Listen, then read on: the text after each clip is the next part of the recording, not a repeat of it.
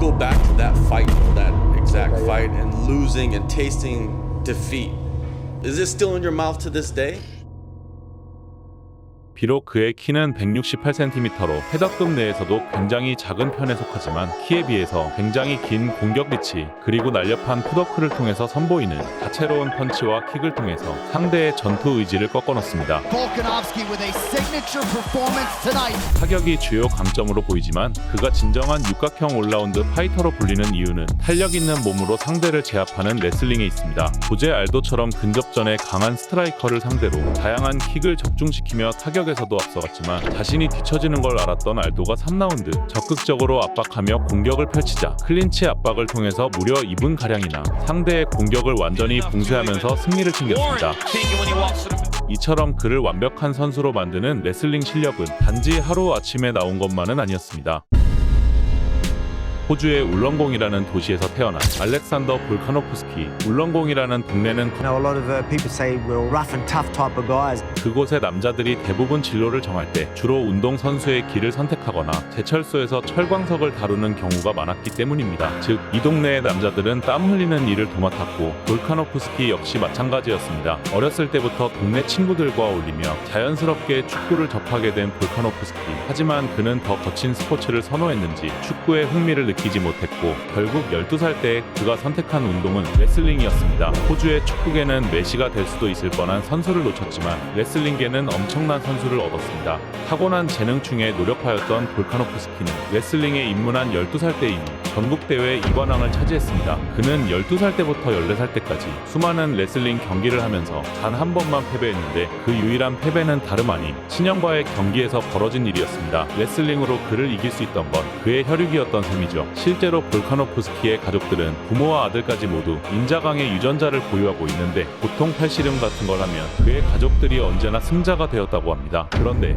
그는 잘 나가는 레슬링 유망주를 그만두고 14살 때 럭비 선수의 길을 선택합니다. 이미 주변에 많은 이들이 럭비를 하고 있었기에 새로 접하는 운동이라고 하더라도 그는 럭비 세계에 금방 적응했습니다. 문제는 그를 둘러싼 주변의 시선이었습니다. 그의 포지션은 프론트 로우였는데 공을 받아서 상대 진영으로 돌진해 몸을 부딪히며 공의 소유권을 유지해야 하는 일이었습니다. 가장 강력한 체격과 힘을 필요로 하는 포지션이었으나 작은 키의 볼카노프스키를 본 사람들은 의심과 비웃음을 멈추지 않았습니다. 실제로 볼카노프스키의 키는 168cm인데 단신으로 유명한 리오넬 메시보다도 2cm가 작습니다. 하지만 그는 97kg의 몸무게를 지닌 몸이었습니다. 사실상 100kg에 육박하는 작지만 단단한 몸. 그래서 자신보다 큰 키의 선수들과 부딪히면서도 전혀 밀리지 않는 단단함을 보여주었고 무엇보다 경기 시간이 지날수록 상대가 지쳐갈 때 볼카노프스키는 쌩쌩한 체력을 바탕으로 필드 위를 미친 듯이 누비고 다녔습니다. 처음 그의 모습만 보고 비웃던 관중들은 경기가 끝났을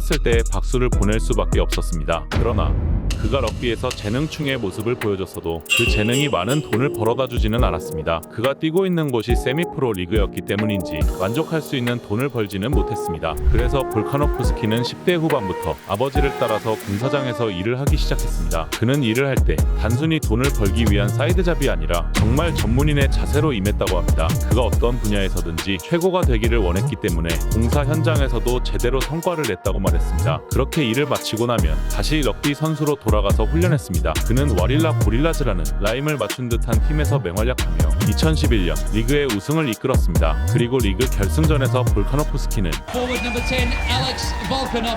MVP로 선정되기도 했죠. 능력 있는 럭비 선수이면서 성실한 노동자인 남자. 그를 지켜세우는 동료 선수들 앞에서 볼카노프스키가 인상적인 말을 합니다. 자신은 이제 럭비를 그만두겠다는 것이었죠. 당연히 동료들은 난리가 났습니다. 나름 잘 나가는 럭비 선수가 갑자기 럭비를 때려친다고 하니까 화까지 냈습니다. 하지만 볼카노프스키에게는 나름대로 럭비를 그만둘 만한 이유가 있었습니다. So I was training at MMA and having a couple of fights while I was playing for rugby league. 2010년 10월부터 시작한 격투기는 컨디션 유지를 목적으로 시작한 것이었으나 훈련을 하면서 럭비와 격투기의 공통점을 깨닫게 됩니다. 그건 바로 무자비함. 럭비에서도 충돌하는 게 두렵다면 공을 잡고 달려들지 말아야 하는 것처럼 격투기에서도 맞는 게 두렵다면 상대에게 달려들지 말아야 한다는 것. 즉 두려움에 지배당하지 않을 수 있는 무자비함을 갖춰야 한다는 걸 배웁니다. 럭비의 프론트 로우 포지션으로서 말 그대로 수많은 선수들과 몸으로 부딪혔던 볼카노프스키 볼카노프스키였기에 역시나 몸의 대화라고 할 수 있는 격투기에서도 두각을 보여주기 시작했습니다. 아마추어 리그에서 4번의 경기를 치렀는데 모든 경기에서 승리를 거뒀습니다. 그리고 그 4번의 경기 시간을 전부 합쳐도 5분이 되지 않았다고 합니다. 그는 럭비는 팀 스포츠인 반면 격투기는 나만 책임을 지면 되는 스포츠다고 말하며 책임만큼 성과를 거두기 시작합니다. 그리고 이것이 바로 그가 격투기를 선택한 결정적 이유이기도 했습니다.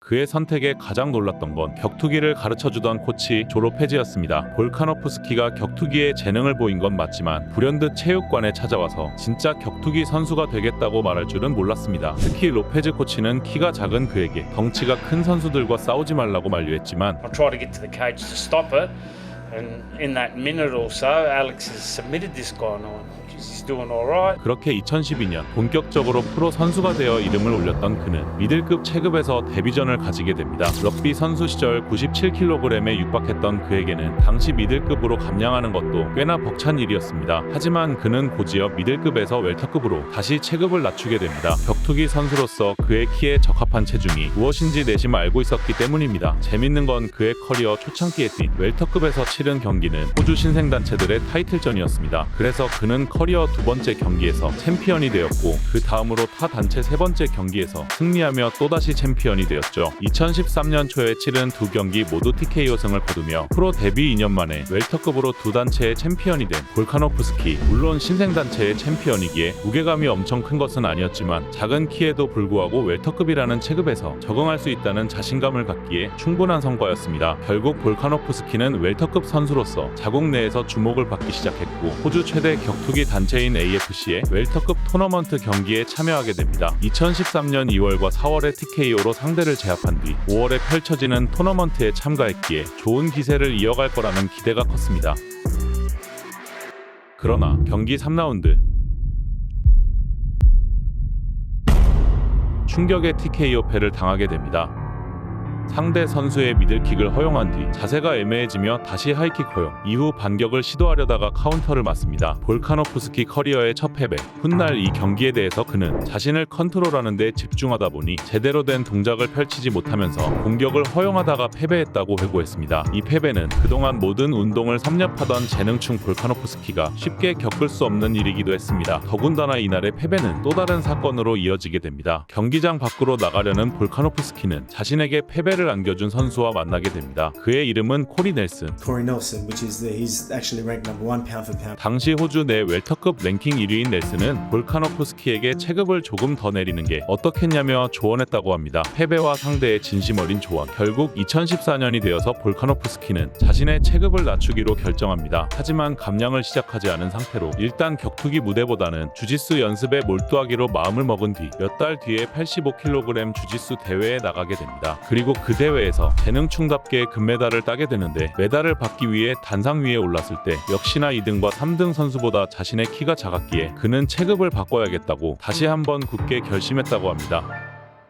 문제는 당시 볼카노프스키가 감량에 대한 지식이 부족했다는 점입니다. 그의 아내가 요리한 고깃찜이나 견과류를 먹으며 체중을 감량했지만 이는 올바른 방식이 아니었기에 종종 아프기도 했으며 심지어 포도상구균 감염에 걸리기도 했습니다. 볼카노프스키가 첫 패더급 경기를 치를 당시 그의 평체는 86kg에 육박했다고 합니다. 개체 측정 전날에는 무려 7kg 감량이 필요했고 무리해서 사우나에서 계속 있었기 때문에 자신의 눈이 뒤통수로 파고드는 느낌이 들었을 정도로 끔찍한 경험이었습니다.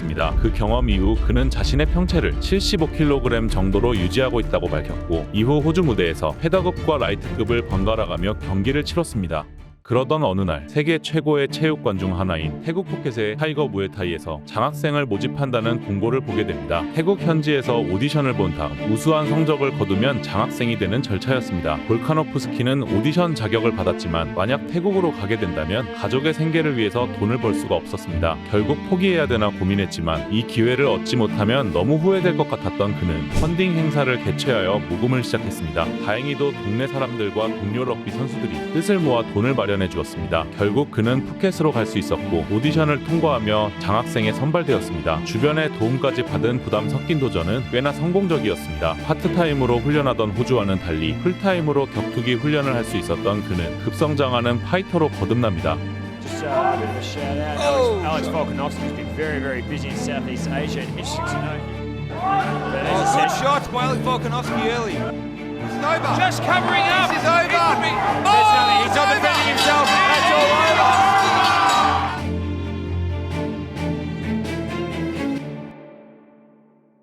그런데 그가 이처럼 연승가도를 달리며 챔피언이 되기는 했지만 그의 처우는 나아지지 않았습니다. 격투기라는 열악한 스포츠에서 결국 최고의 무대에 진출하는 것이 처우를 개선할 수 있는 방법이었으나 자신보다 전적이 좋지 않은 호주 선수들이 UFC에서 경기를 뛰는 모습을 보자 볼카노프스키의 심경은 더욱 복잡했습니다. 당시 그는 결혼한 지 몇 년 되었지만 여전히 어머니의 집에서 살고 있었습니다. 아내에게는 아이가 태어나기 전에 반드시 UFC에 진출할 거라고 호언장담했지만 아이가 태어나 어머니의 좁은 집에는 아기의 울음소리가 계속 들렸습니다. 볼카노프스키의 속도 모르고 그의 친구들은 격투기는 언제 그만둘 거냐고 물었고 그 질문이 그에게 비수처럼 꽂혔습니다. 그런데 당시 UFC에서 호주 대회를 개최하게 되자 혹시나 대체자를 구할 수도 있다는 생각에 볼카노프스키는 챔피언 방어전 일정도 미루면서 기회를 엿보고 있었습니다. 때마침 UFC 호주 대회에서 대체자가 필요했고 UFC도 볼카노프스키를 점찍어 두었습니다. 그러나 볼카노프스키는 기회를 얻지 못했습니다. UFC는 볼카노프스키의 소속사에 연락을 했는데 소속사 관계자가 그를 대체 선수로 추천하지 않았기 때문입니다. 이 사실을 알게 된 볼카노프스키는 자신의 실력과 의지만으로 UFC 무대에 뛸 수 없다고 느꼈고 이제 격투기 선수를 그만두고 공사 현장으로 돌아가야겠다고 마음먹습니다.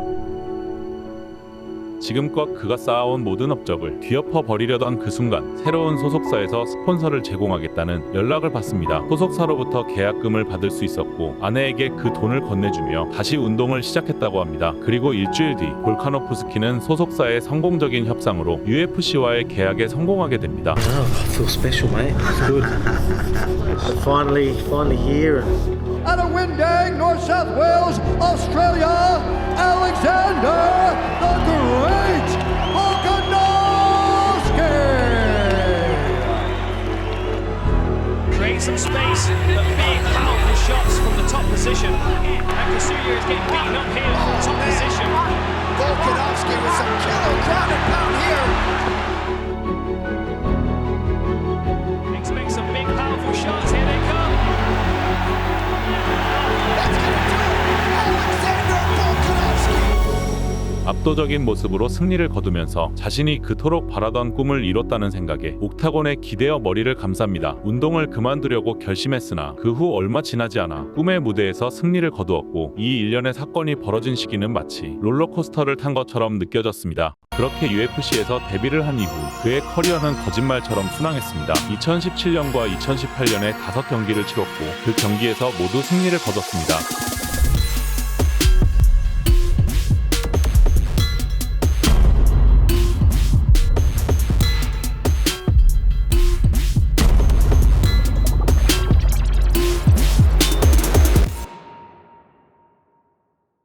그럼에도 불구하고 그가 한동안 많은 팬들의 인기를 얻지 못한 것도 사실입니다. 볼카노프스키는 강력한 한방을 선사하기보다는 지속적인 타격 콤비네이션과 레슬링을 중심으로 시간이 지날수록 상대를 점차 무력화시키는 운영을 보여줍니다. 아쉬운 수준의 인기에도 불구하고 볼카노프스키는 인터뷰를 통해 화끈하게 경기를 끝내기보다는 인치 단위로 승리하는 걸 선호한다고 답했습니다. 점진적으로 상대를 장악하는 그의 경기 스타일처럼 그는 꾸준히 UFC 패더급을 점차 장악하기 시작합니다. Ladies and gentlemen, likely the new number one contender, Alexander the Great Volkanovski. 그리고 2019년 12월 패더급에서만 12연승을 거두며 3차 방어까지 성공했던 극강의 챔피언.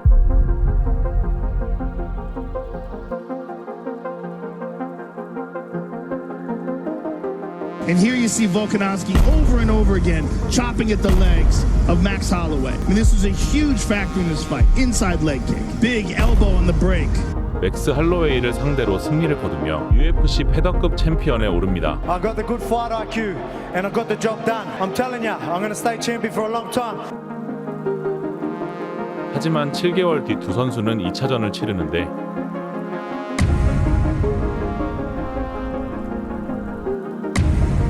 For the winner by split decision and still. 스플릿 판정으로 끝난 이 경기는 판정 문제로 인해 수많은 논란이 있었고 급기야 승리한 볼카노프스키는 챔피언으로 인정받을 수 없다는 이야기까지 나왔습니다. 하지만 2021년 9월 브라이언 오르테가 전에서 압도적인 타격을 보여주며 경기를 리드했고 has made himself a star. He's looking for TC. Volkanovski trying to escape. But again, like the type of human being I am, you know. That's tight. That's tight. Going through adversity and, you know, always being prepared and busting my ass and Gonna go for the arm. Oh yeah! never give up attitude and all that shit. That's just exactly what you're seeing. 인간의 한계를 넘었다고 할 수 있는 정신력을 보여주며 챔피언으로서의 면모를 제대로 보여주었죠. 2022년 4월 그는 정찬성과의 경기에서 훌륭한 실력을 보여준 것은 물론 패자를 향한 존중과 훌륭한 인성까지 선보이며 우리나라 팬들에게도 극찬을 받았습니다. 그리고 할로웨이와의 3차전에서 Champion Alexander Volkanovski with a signature performance tonight. All three judges score this contest 50-45. Still! 논란의 여지를 없애는 완벽한 경기력을 보여주며 시간이 지날수록 점점 더 강해지는 챔피언으로 거듭나고 있습니다. 그렇기 때문에 그에게는 여전히 지울 수 없는 1패라는 기록이 더욱 부각될 수밖에 없습니다. 볼카노프스키가 경기에서 승리할 때마다 그에게 유일한 패배를 안겨준 코리 넬슨은 매번 인터넷에서 소환되고는 합니다. 호주 웰터급 랭킹 1위의 파이터였던 그는 어느 날 저녁 동료와 함께 집을 가다가 술에 취한 취객들의 습격을 당하게 됩니다. 결국 넬슨이 취객들을 제압하게 되었고 이 과정에서 동료가 취객 중 한 명의 지갑을 주었는데 나중에 취객들은 절도 사건으로 그들을 고소했습니다. 이는 법정 소송으로 이어졌습니다. 문제는 코리 넬슨의 행보였습니다. 그를 눈여겨본 UFC와 벨라토르에서 계약하려고 접근했지만 그 시도는 매번 실패했습니다. 소송 기록이 있는 사람은 미국에 갈 수 없었기에 결국 그의 미국 무대 진출은 좌절되었습니다. 시간이 흘러 승리와 패배를 반복하던 넬슨은 격투기 무대에서 은퇴한 뒤 지금은 건설 현장의 크레인 기사로 일하고 있습니다. 넬슨은 지금도 술집에서 볼카노프스키를 이긴 썰을 풀고는 합니다. 그리고 그는 볼카노프스키에 대해서 이렇게 말합니다. 나는 그가 지금 위치에 올 수 있게끔 어느 정도는 도와줬다고 생각한다. 우리는 때로 승리보다 패배로부터 많은 걸 배울 수 있고 실제로 볼카노프스키는 그렇게 배웠기 때문이다. That exact fight and losing and tasting defeat. Is it still in your mouth to this day? No, not at all, man. It's not. Like I'm very thankful for that. Again, cliche. You know, you learn a lot from them.